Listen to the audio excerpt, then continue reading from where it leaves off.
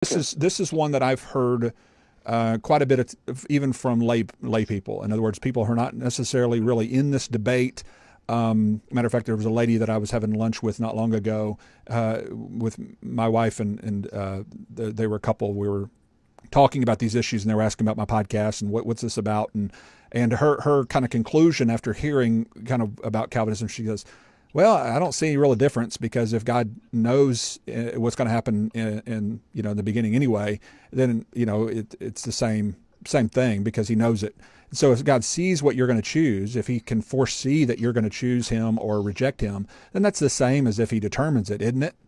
How do you respond to that?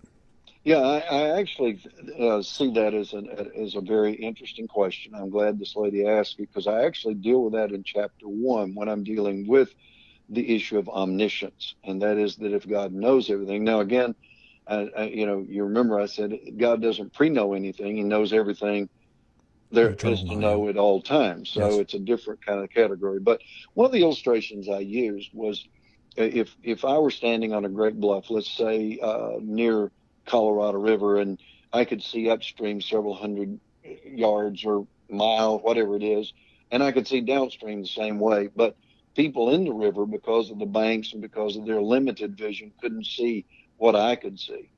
And so I noticed there was a group of teenagers coming down in a raft, and I can see the other direction, that in a few minutes they're going to go over the falls if they don't get out of the river.